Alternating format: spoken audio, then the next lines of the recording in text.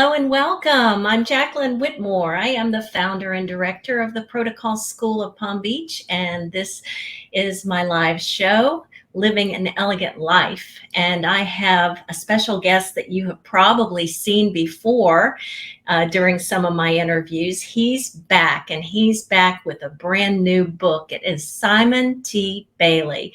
Simon is not only an author, he's spoken all over the world to some of the top companies, and he is also a leadership expert. And now I can officially call him a relationship expert because this is his ninth book, Ignite the Power of Women.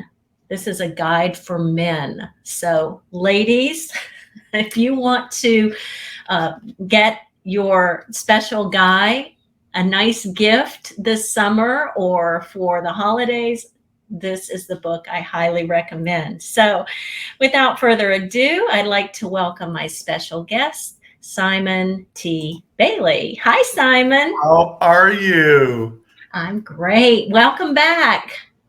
Thank you for having me. I know it's a good day when I am with America's foremost etiquette expert. My stock just went up. Well, we're not going to be talking about etiquette today unless you want to talk about the etiquette of dating, and we can certainly get into that, I'm sure.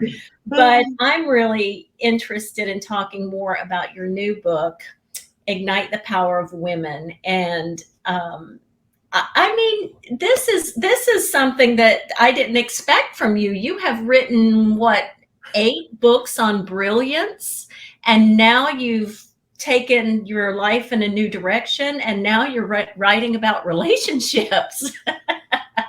What inspired you to write this book? Well, first of all, I really think we're living in a time where we've got to address the whole person. And the whole person is a relationship person. For me specifically, Madison came into my home office, my daughter, and she said, "Hey, Daddy." I said, "Hey, baby girl." And I sensed she wanted to talk, but I was emotionally unavailable. And she left the office and she said, "Dad, I'll just see you later." And it hit me on the plane that I missed a moment to connect with my daughter. So this book really was the impetus of me failing and really trying to find my way, because her mother said to me, "Give everybody the best of you and you give us the rest of you. And I don't want the leftovers anymore." Mm-hmm. And I realized I had built a house but lost a home. I was chasing money but had no meaning. And I was pursuing success but didn't have any significance. Mm-hmm. I understand. I mean, it's so easy to get caught up in life. How long were you married? How many years? 25 years. Yeah, that's a long time. And you had built a very successful business. You had been speaking and traveling, and you still speak and travel all over the world, but it was really intense there for many, many years. I know as your friend, and we both belong to the National Speakers Association, I remember you hearing you speak on the main stage there, and I was so impressed with a lot of your stories you told, and many of them you tell about what you learned throughout your travels and so forth. And I can imagine you weren't home that often, were you? I wasn't, because I was trying to keep up this lifestyle, gated community, kids in private school, vacations in Hong Kong and Singapore. So outwardly, it looked as if everything was pristine, but inwardly, we were coming apart at the seams because we didn't love each other, and we really didn't cherish each other anymore. When did you, I mean, how many years into your marriage did you figure that out? I mean, did it happen gradually, or do you feel like you woke up one morning and realized, wow, something is broken? Yeah, for sure. Probably the first 13 to 14 years were just pure bliss. It was great. It was wonderful. But the last 7 years, we just really I sensed that, oh my goodness, I have been gone and we have grown emotionally apart, and we're not connected. Well, that happens to a lot of couples, not just in your relationship or my past relationship. I think it's so easy to grow apart when you have busy lives, and then you have demanding jobs, and then you have children that have to be cared for and fed. You have in-laws and outlaws and big houses, and the list just goes on and on. And so I don't feel that our breakups, meaning my breakup with my ex and yours with your ex, were all that different from what most people experience. But what I see that was different in your relationship is that you, after it happened, you experienced an epiphany, and it wasn't by your own recognition. You had some help Yes. in getting to the realization. And tell me a little bit about Anita. So when I was going through the divorce, my attorney suggested that I go and see Anita, a therapist.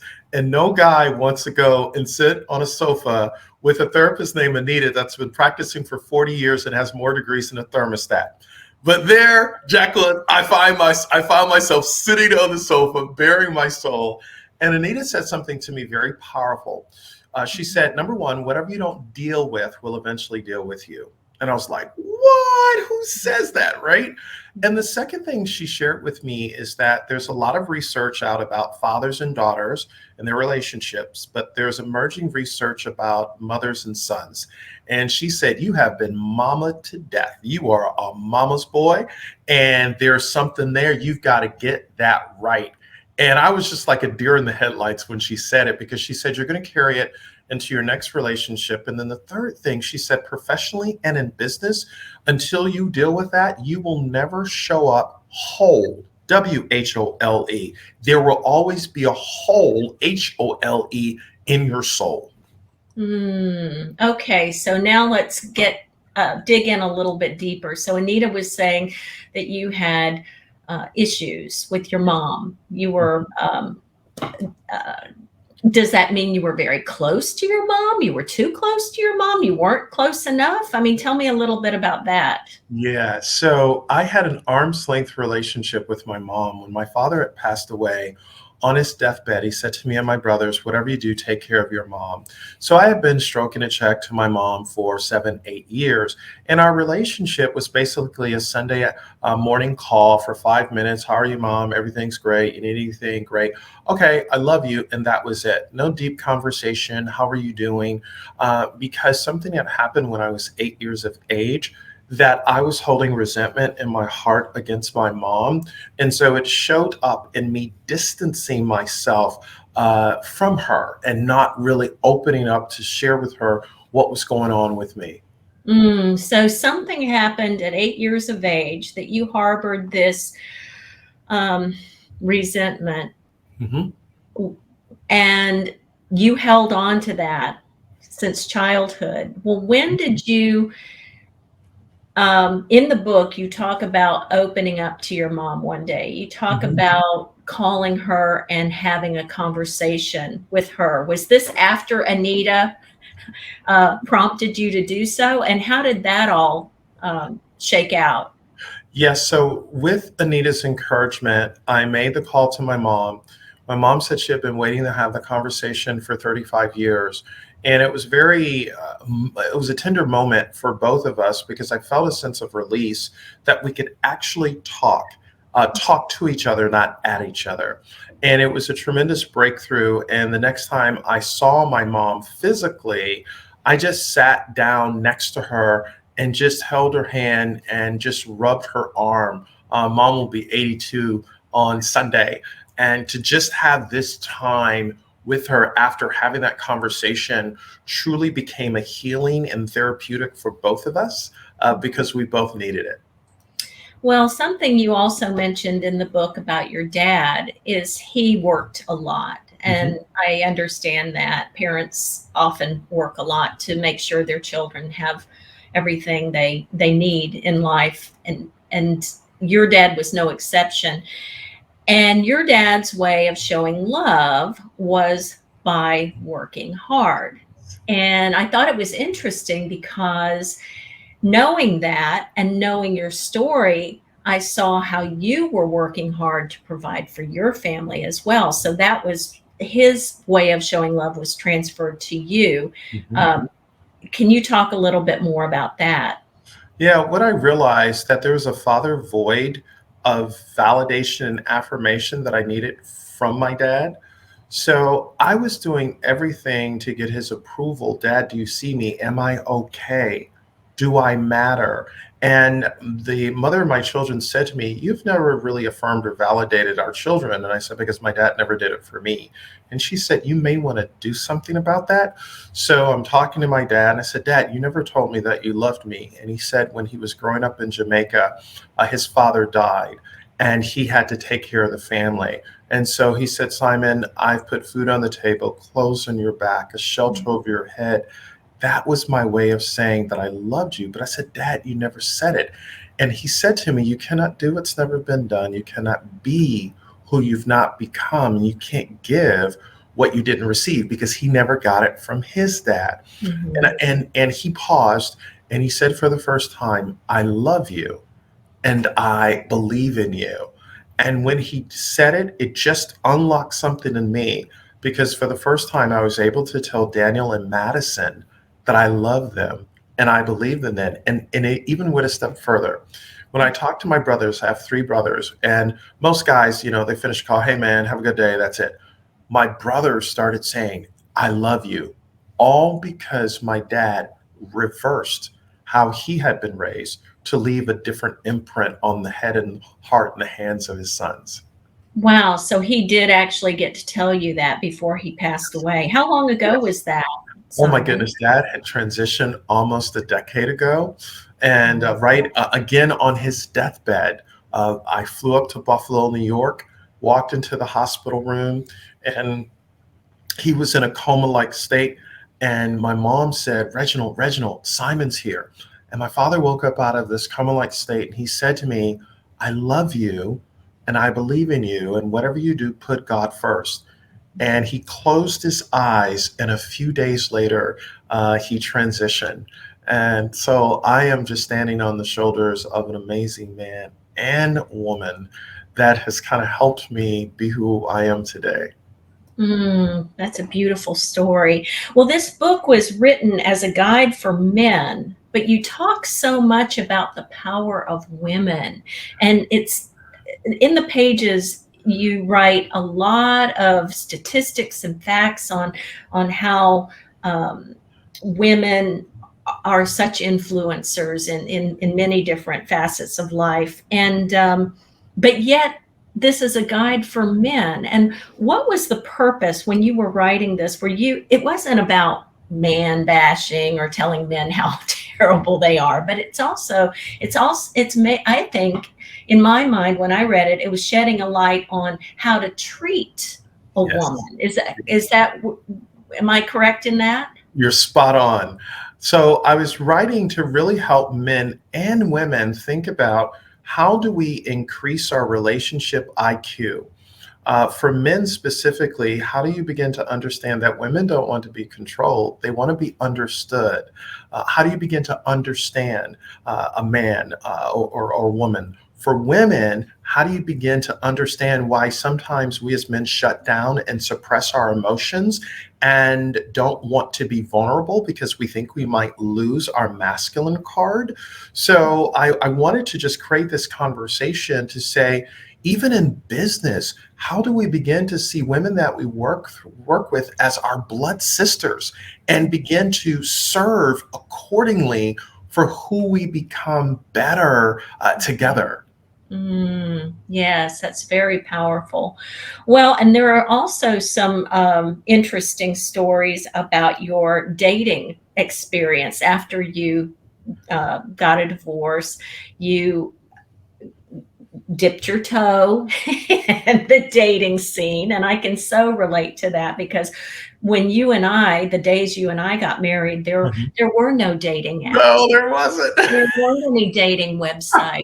Um, and now here we are to fend for ourselves in the wild, wild west. And I tell the story about your first time. First of all, who encouraged you to try online dating, and just give us a tale or two about your experience before meeting your current wife, your now Sure. wife Jody. So I must confess that Anita, my therapist, did not want me to date because she said in her research, men who were married as long as I was, 75% of them get married in less than 2 years and they end up in divorce again. And she said, you needed to do your work. You really needed to heal. So I was tired of being lonely. Let's just put it out there. I didn't want to be lonely. And so some friends of mine said, hey, try a few apps. And I didn't know that different apps mean different things. I was a deer in the headlight. I was a novice. I didn't know what the heck I was doing. And so one of my first dates that I went on, what I didn't realize is that if a person met you and you have a great conversation, it doesn't have to lead to marriage right away. Anita, my therapist, said you need at least 50 to 100 contact hours of communication, just pure communication to really get to know the person. And what I realized that a lot of the dates that I went on, it was going somewhere. It was leading straight to the altar. And I admit I ghosted individuals, and I was totally wrong for that because I didn't know what I didn't know. And I am forever apologetic, and I've asked for forgiveness. I did it in the book because I said I need to heal. And so Jody and I met on a dating app, go figure. And that particular time, we talked for 16 hours, like just on and off, just talking, talking, talking, talking. And then we met, and we broke up because of me, because I had commitment issues. I'm like, what? And what is that anyway? Commitment issues. And what I recognized, a friend of mine said to me, if you meet a woman that has 80% of what you need, you can figure out the 20%. And I was like, you're right. And that's how Jody and I, we got together and have been married, and now first time grandparents. We're a blended family, 3 daughters, 1 son. So Now, yeah, you got married during the pandemic, didn't you? met during a hurricane, got married during a pandemic. Were you able to have any kind of ceremony or wedding because of the pandemic? We did. Our church only allowed 17 people at our wedding. Oh my goodness. Yeah. Wow. Yeah, what a love story. And people out there who have never tried online dating, it is an experience. I too found it to be quite, well, time consuming. And Yes. as you said in the book, it's a full time It's job. a full-time job. And all the different meanings for different things. Who has that kind of time? No, and just to scroll through, I mean, we're visual creatures, so we're going to be attracted to people who we find visually appealing. Forget reading their profile half the time. And Yes. Yes. so because I'm an etiquette expert, let's talk just a little bit about dating etiquette. Okay, I'm going to go there. I didn't think I would go there, but yes, I'm going to go there. So you mentioned ghosting. Mm. Uh, and I think a majority of our viewers will know what ghosting is, but for the small percentage who don't, tell them what ghosting is and why you should not do it. So you meet someone online, and perhaps you meet virtually on the phone or in person. Conversation goes good, and then they follow up via text, email, or phone, and then you don't respond. And they follow up again, and you don't respond at all. You've just ghosted them. And the disrespect and why it hurt me that I hurt someone else is because I was dealing with an amazing human being that just wasn't my person. And to honor them, it would have been better to have a conversation and release them into their destiny instead of just disappearing with no explanation, because then she makes up a story in her head about what happened in the conversation. Did I say something wrong? And that totally could have been avoided if I just would have shared where I was at the time. So I know you meet a lot of people in your travels. You meet a lot of men, you meet a lot of women. So let's suppose you're standing in a room full of men, you're giving a seminar to men on how to ignite the power of a woman. What maybe top 3 tips would you give these men in the room who are looking to strengthen their relationship with the woman they're with, or a woman that they would like to be with? What top 3 tips would you give them, just right off the top of your head? Number one, if you're just meeting a woman, starting to date her, talk to her, communicate with her, understand what makes her tick. Number two, for those of you who have been married or with someone for a while, go back to day one. If you've lost that spark, what first attracted you to that person? And then the third tip is understand that there's a difference between loving and cherishing. When you love, anybody can say, I love you, but when you cherish someone, you will always say, how can I best serve you? What is it that you need? What is your dream? What's your hopes? What's your aspirations? And how can I serve you in the direction that you're going? Mm, I love that. I always say communication is extremely important, Yes. because if you don't have communication, if you don't check, we do, my fiance and I, we do check-ins, Yes. and they might not be every week, but they might be once a quarter. And a check-in is designed to sit down face to face, one on one, and just say, how are you feeling? What's on your mind? And we have a rule that if we bring a challenge or a complaint to the table, we have to also have a solution to that. We can't, it's not a fest where you're just, you know, throwing out complaints. And Sure. I find that that's something that I didn't do in my Mm, marriage that I mm, do. And of course we live and we learn and we mm, grow, we mhm. mature, and these things are, um, you know, things that we've learned over the years. But what advice would you have for your son, your daughter, as they embark in their own intimate relationships with their people? Number one, realize that you are enough. Be confident in who you are. Number two, you will never meet a perfect person because nobody's perfect. And be okay being perfectly imperfect and being flawed, and being open to share where you are in your journey. But then, number three, understanding the power of true friendship and recognizing when I am your friend, when times are good, when times are bad, when things are positive, things are negative, and to work through it, talk through it, and evolve together.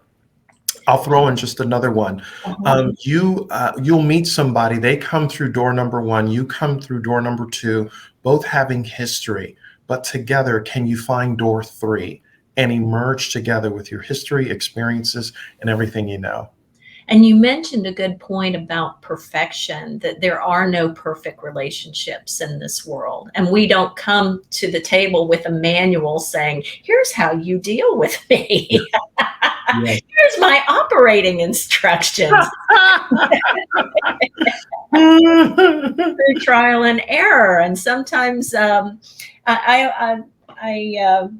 believe there's a honeymoon period that we all go through. Mhm. And that honeymoon period doesn't last forever. And I think a lot of people who fall in love or lust or whatever you want to call it believe that this excitement is going to last forever and ever. And then when the luster wears off, then they think there's something wrong. Can you talk a little bit about that and share with us your advice for the people who might be just getting out of the honeymoon period and getting into the real life period? Yeah. One of the things to really understand is what are your common interests? Or if you have different interests, does that person have the emotional intelligence to celebrate what that interest might be? It might be birding, it might be working out, whatever that is, can you honor it? Number two, how do you, specifically men, begin to understand that every woman has a music? And how do you dance to the step of her music, the rhythm? She may be into Beethoven or Andre Bocelli, but you are into something else. And how do you begin to step with the music in her soul and listen between the sentences? Read the room, read the feel, and literally begin to use your intuitive intelligence to dial into Intimacy, intimacy. The third thing for ladies is to really understand that men want to be respected. And when they are respected, doesn't necessarily mean that they are right. One of the things, ladies, you don't tell men everything that they need to know. You tell them only what we can handle. And when we understand that, right, then we move from communication to deeper connection. So how do we are always think about how do I show up in this moment to listen, not just hear, ask, not just tell. Mm, mm. Wow. You know, I it's it's great that we learn all these things along the way, but wouldn't it be even more wonderful if we learned it earlier on in life? And oftentimes we don't have perfect parents or Yeah. perfect role models, and we don't have any kind of roadmap to draw from when we enter our own relationships. And um, I'm like you. I'm an advocate of therapy if Mhm. and Mhm. if it's, if it's necessary, and I think it is necessary because Absolutely. uh, people are complicated. And I often wonder, well, how do men and women get along anyway? We speak a totally different language. I think John, what's his name? Men are from Mars, women are from Venus. So John Gray. Yes, yes. He kind of was on to something back then, but um, so it takes a lot of practice, a lot of patience, and a lot of experience too. Yes, but think about it. If we would have had this information prior to everything that we've gone through, we would probably not appreciate where we are now and where we're going because we have evolved, getting older, and now it's more priceless to us and we cherish it. I agree. I agree. And I believe too that we're in relationships not necessarily to learn about the other person only. It's about teaching us about ourselves.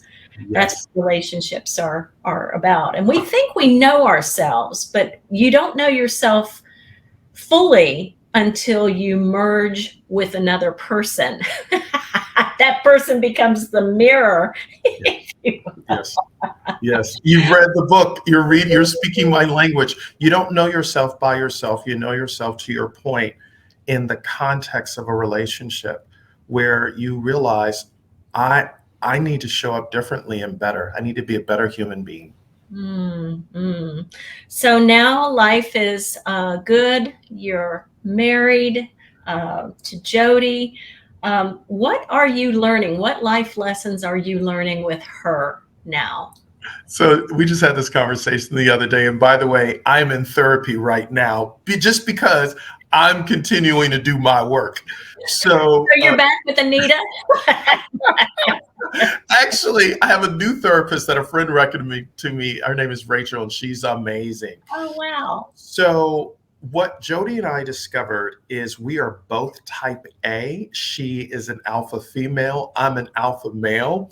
And so she said, we gonna have to figure out who's leading and who's gonna take a step back because we are both take charge people. So that's something that we are learning and working through. But I can honestly say how we start our day is we start our day in tenderness and praying together and just validating and affirming each other so that no matter what happens during the day, because I will mess up, right? I'm trying to build the Brownie Point bank account so she can go and cash in a chip. So I think number one, often communicating. Number two, taking the time to say, here's what's right, here's what's wrong. And then number three, being intentional about working through it. We said, look, this is the last one. We are not trying to go through another divorce. And we had a heated discussion a few weeks ago, or should I say, a very intense fellowship. And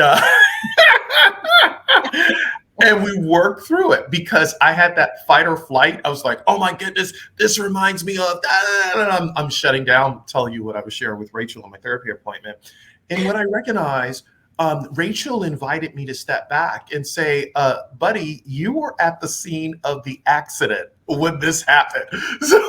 So I said, okay, you're right. How do I evolve? And I had to really come to Jody and ask for forgiveness and say, I heard you, but I didn't get you because I was going through what I thought was right. And here's what I've discovered: when you release the need to be right, you become open for what wants to emerge. And that became a healing for us. So we still growing, Jacqueline. We are still growing. I know what you mean. My partner and I are both type A personalities. We both like control and we both like to be right.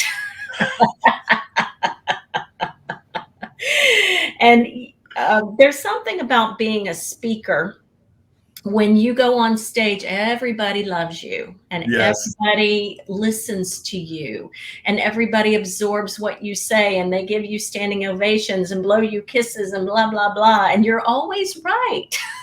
When you come home, well, the trash is over there and the lawn needs to be mowed. And can you change that light bulb? I mean, life happens. And you're right. We have to kind of like shift gears. And yeah, Yeah, it's and professionally, that's one of the areas that has probably been the biggest struggle. And mhm. that's why when I wrote the book, I wanted to share, even in the workplace, professionally, how do men really show up to support women, to be advocates, to be allies? How do women begin to understand men in business? And any company or country or community that's going to be worth its salt in the future must do right by women, must. Yeah, I love that. We'll end on that. And how can people find out more about you? Sure, they can go to simontbailey.com. Perfect. And this is your ninth book. And now I guess I can call you a leadership and relationship expert. Thank you, my friend. And they can get this on Amazon. Yes, all wherever books are sold. And I love this picture of you when you were just a wee little boy. Yes, What made you put that picture back there? because it's silly and it's humble to realize, even at 53, right? 50 years later, that I'm still that little boy that wanted to be validated and affirmed and wanted to be loved and celebrated rather than tolerated. So, yeah. That's beautiful. Well, Simon, thank you so much Thank for you, my sharing. friend. Thank you. Yay. Thank Thank you. you. And I look forward to seeing you in person one day Yes. soon and giving you a big hug. And we're going to be talking about the online dating horror stories over a glass of wine. Yes. So, thank you so much, everybody, for watching. Thank you, Simon. It's been a real pleasure. And I am so grateful that those of you who joined us today, that you left some comments. And again, you can learn more about Simon through his website, simontbailey.com. He's also very active on LinkedIn and Instagram. So please check out his pages there. So everybody have a great day and we'll see you next time.